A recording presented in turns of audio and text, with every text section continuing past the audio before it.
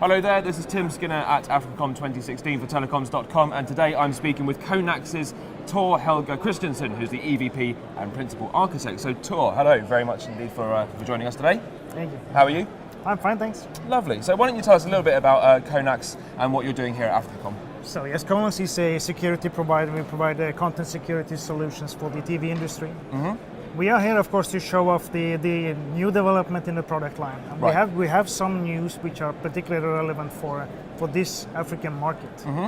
which we think is a good arena to show off these new products. Sure. So what are these announcements? I understand that you had a speaking slot as well. So why don't you go over those?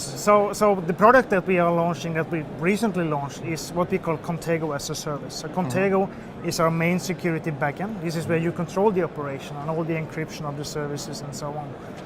This is something that we now can offer both as an on-premise installation. You can install it in the server room of the operator, but we can also now provide it as a fully hosted service in which we operate the system on the operator's behalf.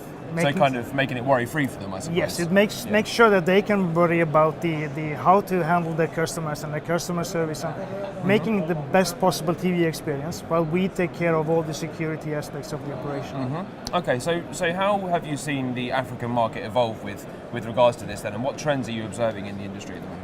So the African market is a little bit different from other markets in the sense that it's a very much a price pressure. They are looking for solutions that are cheap to deploy, but at the same time they have the same kind of piracy issues that we see otherwise in the world.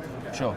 It takes on a little bit different format because there is no high bandwidth internet connection here, which means that things like streaming services and these things that we see in Europe and more mature markets are not happening here. Right. But we do see a lot of like key sharing attacks in which they take the key from a legal set-top box and share it with other illegal users. Right.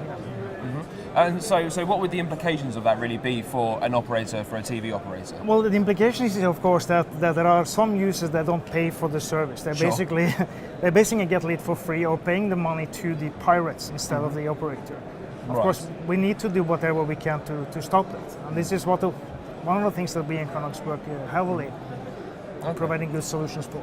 So with a lot of territories, a lot of markets in Africa, we're seeing kind of generations of technology being skipped. Do you see that being the case with some sort of pay TV offerings? Would they go straight to, say, video on demand services? Yes. So this is a natural thing to do when you have no legacy technology that you need to relate to. You're able to introduce the latest technology immediately, meaning that you can do the best encoding formats, you can do the best kind of streaming formats, moving directly into, as you say, OTT and hybrid solutions, which is a lot cheaper for them because then they can prepare for the future without actually having to replace anything. Sure. And we think that the operator should actually take advantage of this.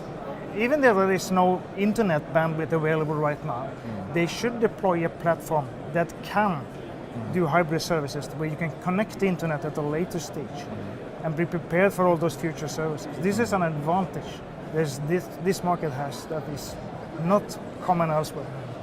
So just looking a little bit more as the future then, how do you see this evolving? If operators were to take on this sort of hybrid approach, what could that yield in the future? So I think that we will see a lot of the same things that we see otherwise in the world. So moving into hybrid services, doing on-demand services, OTT, I think it will be very much the same direction it's moving in. But it will probably, some of the experimentation that you see in the rest of the world will actually be done in the rest of the world, and they can go directly to the right solution here instead of having to experiment so much. Brilliant. Well, thanks very much indeed for joining us today. It's been a pleasure. Okay, thanks.